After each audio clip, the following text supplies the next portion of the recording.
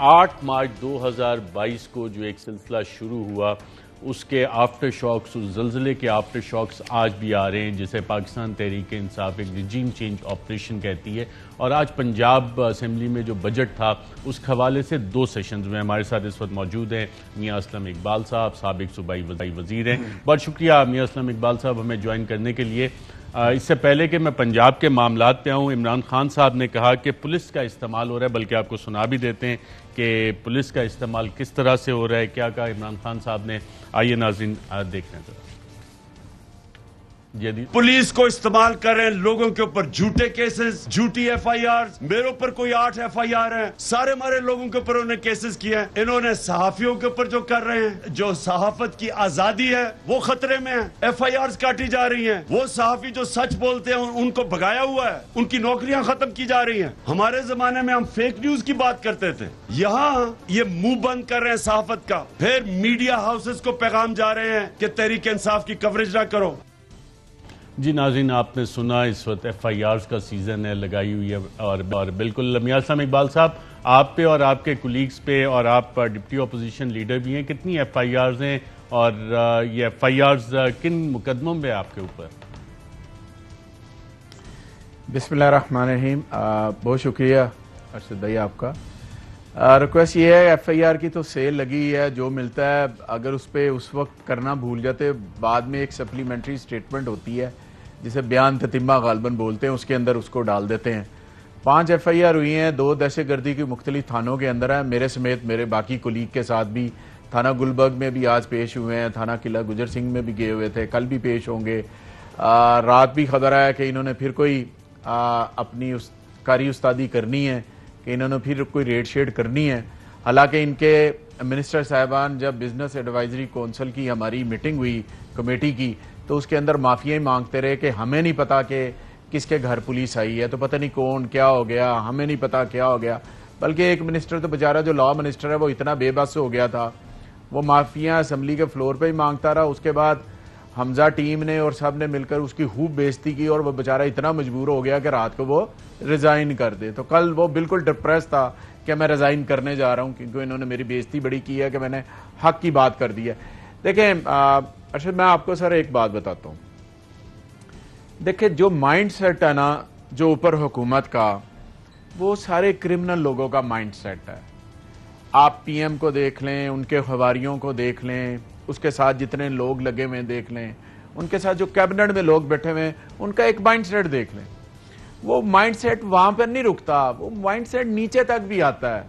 वो सिर्फ अपना एनआरओ नहीं लेने आए, उन्होंने उन तमाम क्रिमिनल्स लोगों को जो ब्यूरोक्रेसी के अंदर बैठे हुए, उन सबको डिफरेंट जगह पर लगाया है ताकि उनको भी एनआरओ मिल जाए, उनके ऊपर भी जो केसेस हैं वो सारे खत्म हो जाए। लिहाजा वो माइंड सेट नीचे तक ट्रिकल डाउन हुआ है।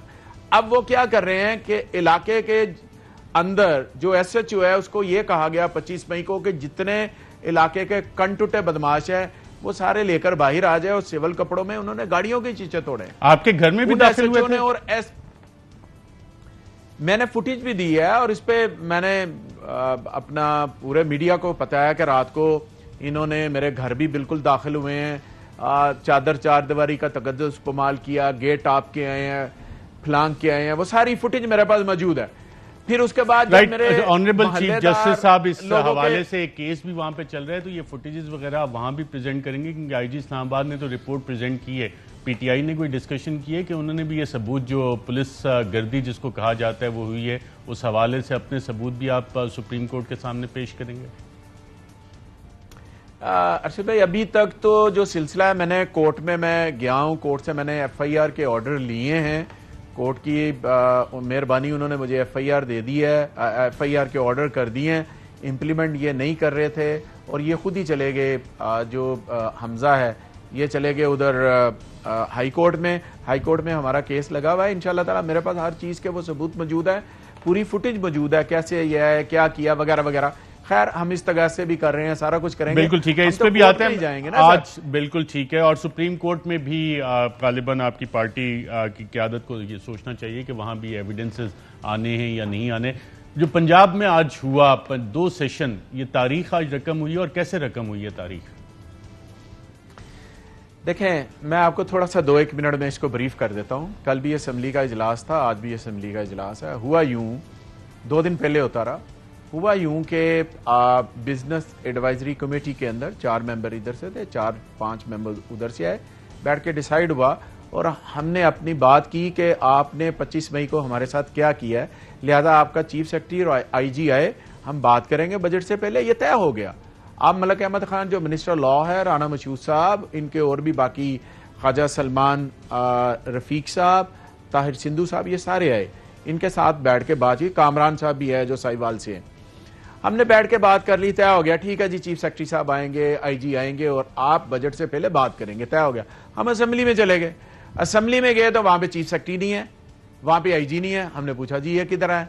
वो कहते हैं नहीं जी, आप इस तरह है कि आप बात कर लें। वो फिर दूसरी बात ये थी कि साथ चीफ मिनिस्टर भी नहीं आया, यानी कि बजट दे रहे हैं और चीफ मिनिस्टर नहीं आ रहा, तो बजट किसको सुनाना है? हमने कहा आप फिर स्पीकर की रूलिंग आई कि जब तक चीफ सेक्रेटरी आईजी नहीं आएंगे ये हाउस का इजलास नहीं चलेगा इस तरह।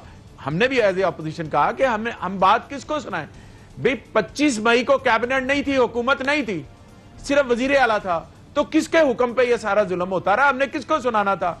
उन्होंने जिद पकड़ ली, हमारे साथ अंदर फैसला करके आए, डिसाइड करके आए कि आईजी और वो आएंगे और आप अपनी बात कर लें, लेकिन आपने नरम करनी है बात, भी जो होगा वही करेंगे। खैर, वो बात करते करते इन्होंने फिर अता तारड़ आ गए। अता तारड़ ने आके, अब मैं उसके बारे में बात करते हुए मैं समझता हूं मेरी अपनी तौहीन है।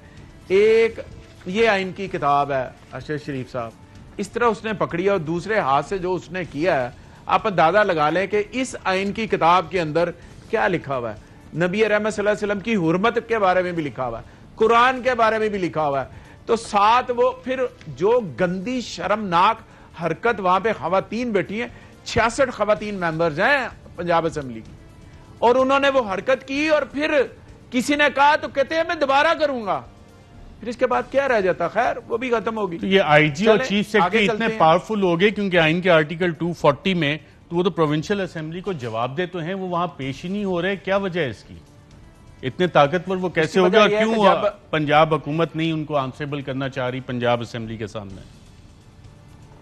उसकी वजह यह है कि आईजी का बड़ा रोल है, चीफ सेक्रेटरी का बड़ा रोल है हमजा को वजीर आला बनाने में, क्योंकि उस दिन जो पुलिस गर्दी असेंबली के अंदर की, so Hamza is obliged by IG Punjab and chief secretary, so वो उनको प्रोटेक्ट कर रहे हैं, वो उनको प्रोटेक्ट है। हमें तो ये लगता है कि आईजी ने हमजा को सीएम नहीं बल्कि अपना पीए रख लिया है।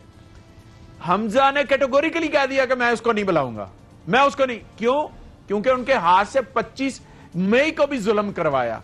वो जुल्म जो पूरी दुनिया ने देखा, हमें महसूस हो रहा था कि हम मकबूजा कश्मीर के मुसलमान हैं और मोदी हमारे पे जुल्म कर रहा है। हमें यह महसूस हो रहा था, हमें यह महसूस हो रहा है कि हम मकबूजा कश्मीर के अंदर रहते हैं और मोदी की सोच रखने वाले जो लोग हैं उनको पाकिस्तान के ऊपर मुसल्लत कर दिया गया। आपके प्रोग्राम में चौधरी गुलाम हसैन साहब बैठते हैं, वो पुराने याद अल्लाह उनके साथ बुजुर्ग है हमारे, आप उनसे पूछे उनके साथ कितना जुल्म किया था इन्होंने। नवाज शरीफ ने क्या किया था? उनके अखबार में एक खबर छपी थी और उस खबर की बिना पर जितना जुल्म और ज्यादती उस बंदे के साथ हुई वो हमें पता है। इसी तरह इन्होंने सबके साथ किया। क्या मकबूजा कश्मीर के अंदर जुल्म करके मोदी ये समझता है कि उसने वहां पर जो एक सोच वाले लोग रहते हैं उनकी सोच खत्म कर दी है? तो इन्होंने पंजाब के अंदर जुल्म करके ये समझ लिया पीटीआई का वोटर जो है वो खत्म हो गया। ये खत्म नहीं हुआ, ये ज्यादा हुआ है। ये क्या अब देखे ना, अगर हम भी वायलेंस के चक्कर में जाएं हमें मुनासिब नहीं लगता। हम शरीफ शहरी हैं, हम पुरअमन एहतजाज करेंगे, हमारा लीडर ये कहता है, हम अपने नजरियात के ऊपर बाहर निकले हैं, कोई तोड़ फोड़ नहीं।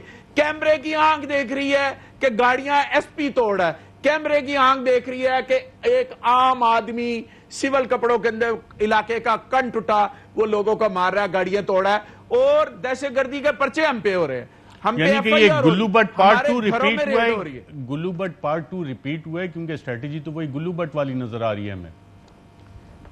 देखिए अर्शद भाई, ये वाकया सारा जो था ना, ये सारा प्लान किया गया था। मॉडल टाउन का जो वाकया वो उस पे, उसके भी जो पीछे करने वाले था एक ही बंदा था जिसने मॉडल टाउन को सारा किया था, राना सनाउल्लाह ने। अब भी उसने डिजाइन किया, उसने कहा क्योंकि 17 जून 2014 को मैं असेंबली में था, जब यह वाकया हो रहा था। हम एज ए अपोजिशन खड़े होकर कह रहे थे कि राणा साहब माल्टाउन के अंदर फायर है, और राणा साहब हंस रहे थे, टीवी उसकी असेंबली की फुटेज निकाल रहे, यानी कि दांत निकाल कर कह रहे थे कि जनाब कुछ नहीं हो रहा। और वहां पर 14 बंदों को शहीद कर दिया और 100 बंदे से ज्यादा बंदों को जख्मी कर दिया। सेम उसी नैरेटिव के ऊपर उन्होंने यह किया है कि जनाब इनको मारो कुटो, जो होता है कर दो, कोई मरता है मर जाए, किसी को पुल से नीचे गिरा दो, किसी का घर फलांग दो, किसी की मां बहन की कोई इज्जत महफूज ना रहे। मैंने आपको बताया ये मकबूजा कश्मीर माल्टाउन वाला वाकया था। ठीक है, यहाँ पे मियां इकबाल साहब, सुप्रीम कोर्ट ऑफ पाकिस्तान ने रिपोर्ट आईजी आबाद से ही मंगवाई थी। आप लोगों के पास भी शायद ये हक होगा कि अपनी फुटेजेस वगैरह वहाँ भी आप सबमिट करें, और जो FIRs हुई हैं ऑनरेबल सुप्रीम कोर्ट के नोटिस में भी लेके आएँ कि किस तरह से ये सारा काम चल रहा है। एक वफ़ा लेते हैं।